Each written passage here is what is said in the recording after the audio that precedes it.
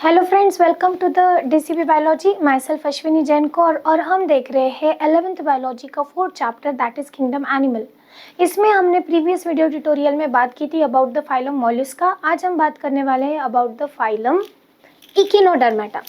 इकिनोडर्मेटा को इकिनोडर्मेटा इसलिए कहा जाता है क्योंकि उसके पास जो एंडोस्केलेटन है, ओके, एंडोस्केलेटन, ये कैल्करस एंडोस्केलेटन होता है। ठीक है, कैसा होता है? कैल्करस, जैसे आप यहाँ देख सकते हो। ये ऐसे एंडोस्केलेटन की वजह से इसे क्या कहा जाता है? इकिनोडर्मेटा। ऊपरी तौर से इनकी बॉडी स्पाइनी दिखती है, जैसे स्पाइंस लगे हुए हो ऐसे दिखती है, इसलिए इन्हें इकिनोडर्मेटा कहा जाता है। ये मोस्टली मराइन ऑर्गेनिज्म है, एक्वेटिक ही है और मोस्टली मराइन ऑर्गेनिज्म है। They are triploblastic in nature. ठीक है, ये सिलोमेट होते हैं, मतलब इनके पास बॉडी कैविटी है और वो बॉडी कैविटी मीजोडर्म से अराइज हुई है।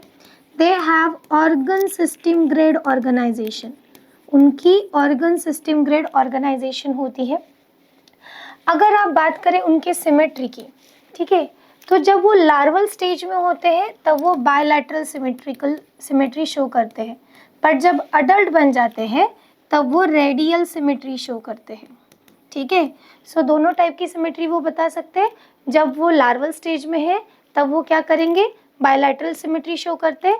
जब वो अडल्ट स्टेज में आते हैं तब रेडियल सिमेट्री शो करते हैं। इनके पास एक स्पेसिफिक स्ट्रक्चर होता है जिसे कहा जाता है water vascular system. Water vascular system जो है ये रेस्पिरेशन के लिए, डाइजेशन के लिए, फूड एब्जॉर्ब करने के लिए और एक्सक्रीशन के लिए हेल्प करती है। इनके पास स्पेसिफिक एक्सक्रीटरी सिस्टम नहीं होती। इनके पास जो डाइजेस्टिव सिस्टम है वो कंप्लीट है, जिसमें माउथ एंड एनस दो अलग अलग पार्ट है।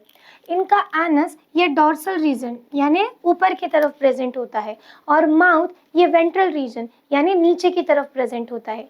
इनमें फर्टिलाइजेशन एक्सटर्नल होता है, ये हमेशा एक्सटर्नल फर्टिलाइजेशन शो करते हैं। ये सेक्सुअली रिप्रोड्यूस करते हैं और सेक्सेस अलग अलग रहेंगे और इनकी जो डेवलपमेंट है वो लार्वल स्टेज अलग होती है और अडल्ट स्टेज अलग होती है, इस तरह से होता है। ठीक है, सो क्या कह रहे हैं हम? जो फाइलम इकिनोडर्मेटा है उसे इकिनोडर्मेटा इसलिए कहा जाता है क्योंकि उनका एंडोस्केलेटन ये कैल्करस है और बाहरी सतह से स्पाइंस दिखाई देते हैं, इसलिए इन्हें इकिनोडर्मेटा कहा जाता है।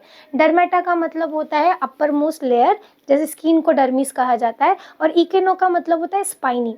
इंटरनल इसमें इन्हें कैल्करस लेयर हमें दिख सकती है या दिखती है। ये जो है ये कंप्लीट डाइजेस्टिव सिस्टम शो करते हैं क्योंकि इनके पास माउथ एंड एनस ऐसे दो ओपनिंग है। माउथ इनका प्रेजेंट होता है वेंट्रली, मतलब नीचे के साइड में, एनस डॉर्सली मतलब ऊपर के साइड में। इनके पास एक स्पेशलाइज सिस्टम होती है जिसे वाटर वेस्कुलर सिस्टम कहा जाता है, जिसके थ्रू वो रेस्पिरेशन भी करते हैं, फूड गैदर भी करते हैं, डाइजेशन भी करते हैं एंड वाटर ट्रांसपोर्टेशन भी करते ही है। उसी के साथ साथ ये ट्रिप्लोब्लास्टिक है, मतलब इनके पास 3 जर्म लेयर फॉर्मेशन होती है एंड दे आर यूसिलोमेट और सिलोमेट, मतलब इनकी बॉडी कैविटी जनरेट होती है थ्रू दी मीजोडर्म। इनके पास ऑर्गन सिस्टम ग्रेड ऑर्गेनाइजेशन है, मतलब इनके पास डाइजेस्टिव सिस्टम, रेस्पिरेटरी सिस्टम ऐसे सिस्टम्स रहेंगी। एक्सक्रीशन सिस्टम इनके पास नहीं है। ये जनरली मराइन है, पानी में ही मिलते हैं और एक्सटर्नल फर्टिलाइजेशन शो करते हैं, जिसमें लार्वल स्टेज अलग होती है और अडल्ट स्टेज अलग होती है। लार्वल स्टेज में ये बायलैटरल सिमेट्री शो करते हैं और अडल्ट स्टेज में ये रेडियल सिमेट्री शो करते हैं। आप लोगों को ये सारी चीज़ें समझ में आ गई? ठीक है, अब इनके जो रिप्रोडक्शन है वो तो हमने देख लिया, एक्सक्रीटरी सिस्टम भी इनके पास एब्सेंट है वो भी हमने देख लिया। अब हम ये देखने वाले हैं कि ये ग्रो कैसे करते हैं। तो इनकी ग्रोथ इनडायरेक्ट है। इनडायरेक्ट का मतलब होता है जो यंग वन है ना वो अडल्ट से मैच नहीं करता, उसे इनडायरेक्ट ग्रोथ कहते हैं। And they are free living. वो कैसे? फ्री लिविंग है, फ्री स्विमिंग है, वो प्रॉपर वाटर में स्विम कर लेते हैं। अब हम थोड़ा सा फोकस करते हैं यहाँ पे उनके स्ट्रक्चर के साथ कि इनके स्ट्रक्चर में कौन से ऑर्गन्स हमें दिखाई दे रहे हैं। ठीक है, सो यहाँ देखिए ये स्टारफिश है, ये ट्यूब फूट इनके पास प्रेजेंट होता है। ट्यूब फूट को 2 स्ट्रक्चर है, एक होता है एम्प्यूला जो बल्जी स्ट्रक्चर दिखता है, जो नीचे है उसे कहा जाता है पोडियम। ठीक है, फिर है रेडियल कैनल। रेडियल कैनल जो है ये वाटर सर्कुलर सिस्टम के इसमें आती है। देखो यहाँ पे आपको एक रिंग दिखेंगी, ऊपर यहाँ पे एनस है, यहाँ मेट्रोपोराइट है, ये स्टमक रीजन है, ये येलो कलर का स्टमक रीजन है, ये सेंट्रल रिंग कैनल है और ये डाइजेस्टिव ग्लैंड्स है, ठीक है। और ये कैलकुलस लेयर से प्रेजेंट है। जनरली ये कैसे स्ट्रक्चर रखते हैं, इस तरह से रखते हैं।